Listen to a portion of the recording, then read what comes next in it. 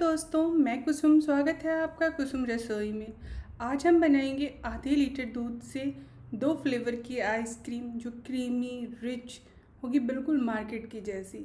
आप जैसी अमूल और क्वालिटी वास की आइसक्रीम खाते हैं ना, बिल्कुल वैसी। मगर इसे बनाने से पहले आप मेरे चैनल पर नए हैं और आपने इसे अभी तक सब्सक्राइब नहीं किया है तो सब्सक्राइब के रेड बटन को प्रेस करें और साथ में लगे बेल आइकन को दबाएं ताकि मेरी नई रेसिपी की नोटिफिकेशन आपको मिलती रहे। तो चलिए इसे बनाना शुरू करते हैं। तो जैसा कि मैंने कहा था कि हम आधे लीटर दूध से आइसक्रीम बनाने वाले हैं, तो मैंने यहाँ लिया हाफ लीटर दूध और इससे हम 1 कप दूध निकाल लेंगे। और बचे हुए दूध को हम गैस पे रखेंगे उबलने के लिए। तो जब तक दूध उबल रहा है, इसे मार्केट जैसा टेक्सचर देने के लिए हम कुछ तैयारी कर लेते हैं। तो मार्केट जैसा क्रीमी टेक्सचर देने के लिए हम इसमें यूज़ करेंगे GMS पाउडर। ये FSSAI द्वारा अप्रूव्ड है, ये हार्मफुल बिल्कुल भी नहीं है और ये सस्ता भी है, ज़्यादा महंगा नहीं है। आप इसे किसी भी ग्रॉसरी शॉप या फिर बेकरी शॉप से परचेस कर सकते हैं, ये ऑनलाइन भी मिल जाता है। तो अब इसमें मिक्स करेंगे 1.5 बड़ा चम्मच GMS पाउडर और 1.5 बड़ा चम्मच कॉर्न स्टार्च या फिर अरारोट। और इसमें डालेंगे हम 4 बड़ा चम्मच मिल्क पाउडर। आप डेयरी वाइटनर मिल्क पाउडर भी यूज़ कर सकते हैं। आइसक्रीम को सॉफ्ट करने के लिए उसमें डाला जाता है CMC पाउडर। ये पानी की क्रिस्टल नहीं बनने देता है और इससे हमारी आइसक्रीम जो होती है बिल्कुल नरम बनती है। ये भी FSSAI द्वारा अप्रूव्ड है, तो ये भी हार्मफुल नहीं है। तो परचेज़ करते समय GMS पाउडर और CMC पाउडर ध्यान रखें कि वो ब्रांडेड हो और FSSAI द्वारा अप्रूव्ड हो। तो फूड कॉर्पोरेशन द्वारा अप्रूव्ड है, तो ये हार्मफुल नहीं है, इसे हम खाने में यूज़ कर सकते हैं। तो मैंने यहाँ लिया 1/8 टीस्पून CMC पाउडर। इसे अच्छी तरह से मिक्स करने के बाद हम इसमें थोड़ा थोड़ा दूध डाल करके इसे घोलेंगे। एक ही बार अगर ज़्यादा दूध डाल देंगे तो फिर इसमें छोटी छोटी गुठलियाँ बन जाएंगी, तो इसलिए थोड़ा थोड़ा दूध डाल करके इसे हमें घोलना है।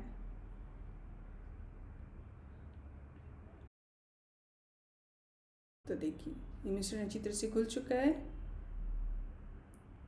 दूध में भी उबाल आ गया है। तो इसे मीठा करने के लिए, यानी आइसक्रीम को मीठा करने के लिए इसमें हम डालेंगे 8 बड़ा चम्मच चीनी। अगर आपको आइसक्रीम हल्की मीठी करनी हो तो फिर चीनी की मात्रा कम कर सकते हैं। अब इसे चीनी घुलने तक हमें पकाना है। चीनी अच्छी तरह से घुल चुका है। अब इसमें हम डालेंगे अपने तैयार किए हुए मिश्रण को।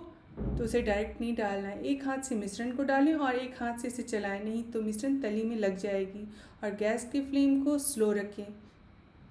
तो धीमी आंच पे इसे 5 से 6 मिनट तक पकाना है। उतनी देर में दूध जो है वो गाढ़ा हो जाएगा और मिश्रण दूध में अच्छी तरह से मिक्स हो जाएगा। तो धीमी धीमी आंच पर इसे हम पकाएंगे। तो इसे कंटिन्यू चलाते रहें, नहीं तो तली से जल जाएगा। तो देखिए दूध धीरे धीरे गाढ़ा हो रहा है और हमने जो मिश्रण डाला था वो इसमें मिक्स हो रहा है।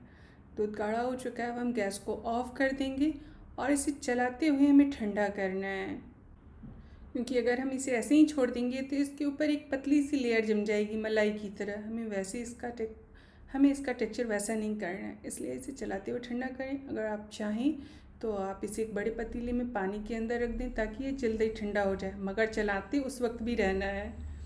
तो देखिए ये दूध ठंडा हो चुका है। दूध मतलब आइसक्रीम का मिक्सचर ठंडा हो चुका है। तो अब इसे हम जमने के लिए एक एयर टाइट कंटेनर में डालेंगे। ठंडा होने के बाद देखिए कितना गाढ़ा हो गया है ना। अब इसकी लीड को लगा करके हम इसे फ्रीजर में 5 से 6 घंटे के लिए जमने रखेंगे। अभी आइसक्रीम हमारा तैयार नहीं हुआ है, अभी हमारा 25% ही आइसक्रीम तैयार हुआ है। तो 5 घंटे बाद देखिए ये जम चुका है। अब इसे हम मिक्स करेंगे। तो एक बड़े बॉल में इसे डालें। तो ये हमारी आइसक्रीम का बेस है। इससे आप कोई भी आइसक्रीम बना सकते हैं, किसी भी फ्लेवर की आइसक्रीम बना सकते हैं।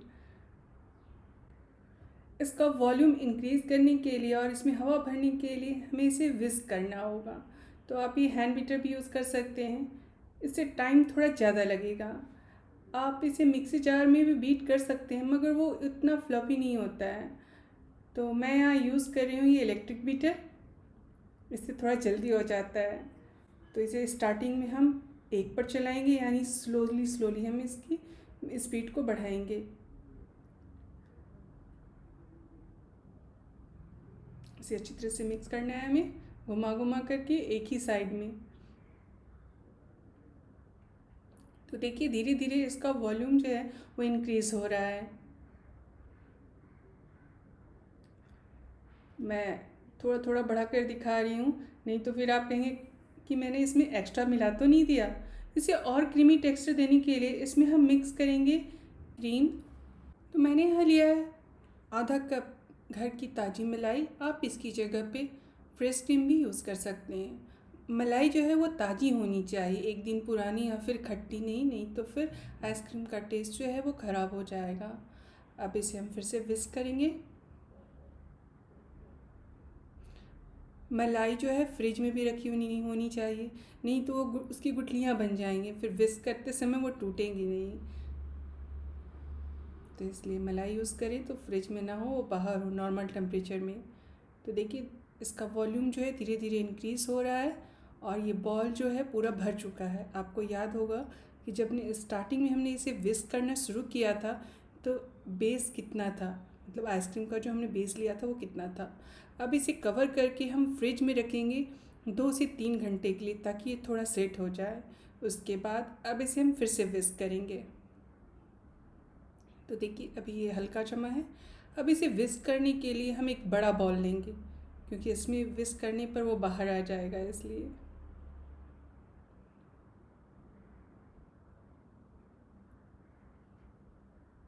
देखिए इसका कलर भी बिल्कुल मार्केट जैसा हो रहा है ना।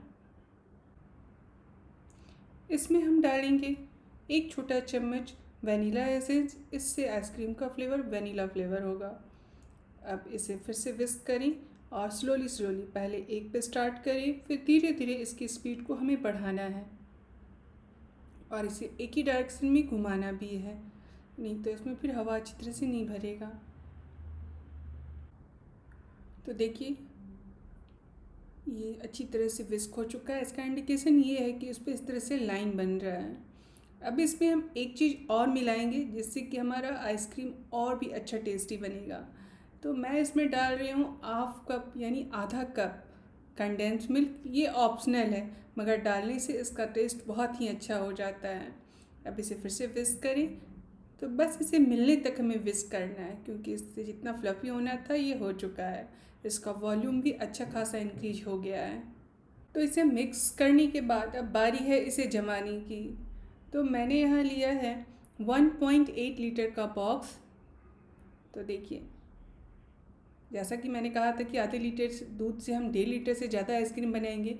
तो देखिए 1.8 लीटर का बॉक्स है और इसे हम 2 भाग में डिवाइड करेंगे, क्योंकि हम 2 फ्लेवर वाली 2 in 1 आइसक्रीम बनाने वाले हैं। तो ऐसे मैंने एल्युमिनियम फॉयल से डिवाइडर बना दिया है और एक साइड हम डालेंगे वनीला फ्लेवर। ये नहीं हुआ तो ऐसे बॉल से डाल देना है।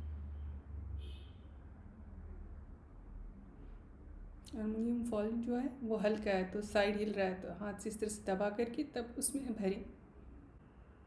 अब बचे हुए बेस को हम 2 भाग में डिवाइड करेंगे, क्योंकि बहुत ज़्यादा क्वांटिटी में है तो मैं आधा निकाल रही हूँ ताकि इसमें दूसरा फ्लेवर डाल सकें।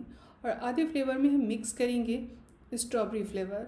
तो स्ट्रॉबेरी फ्लेवर के लिए मैंने यूज़ किया है ये एसेंस।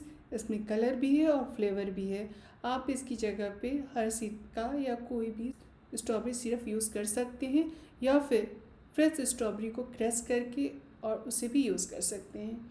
अब इसे अच्छी तरह से मिक्स कर लेना है हमें। तो मैंने 1 टीस्पून डाला है इसमें स्ट्रॉबेरी फ्लेवर का एसेंस। अब इसे मिक्स करें कट एंड फोल्ड की टेक्निक से, एक ही डायरेक्शन में इसे मिक्स करें। तो ये अच्छी तरह से मिक्स हो चुका है। अब इसे हम डालेंगे अपने आइसक्रीम मोल्ड में, यानी जिसमें हमने वनीला वाला आइसक्रीम डाला है ना, उसमें पूरा ऊपर तक भर देना है। अब हम बीच वाले डिवाइडर को निकाल देंगे और इसे थोड़ा टैप कर लेना है ताकि अगर कोई बबल्स वगैरह हो तो वो निकल जाए। तो देखिए ये 1.8 लीटर का बॉक्स था वो भर चुका है ना। अब इसे हम जमने के लिए रखेंगे 5 से 6 घंटे के लिए। और ये बचा हुआ आइसक्रीम है। 1.8 लीटर के बॉक्स में भरने के बावजूद इतना आइसक्रीम बच चुका है। तो देखिए ये आइसक्रीम हमारा सेट हो चुका है। अब है बारी फाइनल टेस्टिंग की। तो देखेंगे इसका टेक्सचर कैसा हुआ है जमने के बाद। तो देखिए कितना स्मूथ है, ये बिल्कुल मक्खन की तरह कट रहा है। तो अब इसे सर्व करें। और ये आइसक्रीम आपको मार्केट जैसी ना लगे तो आप कमेंट करके ज़रूर बताएं, और रेसिपी अच्छी लगे तो इसे लाइक और शेयर करना ना भूलें।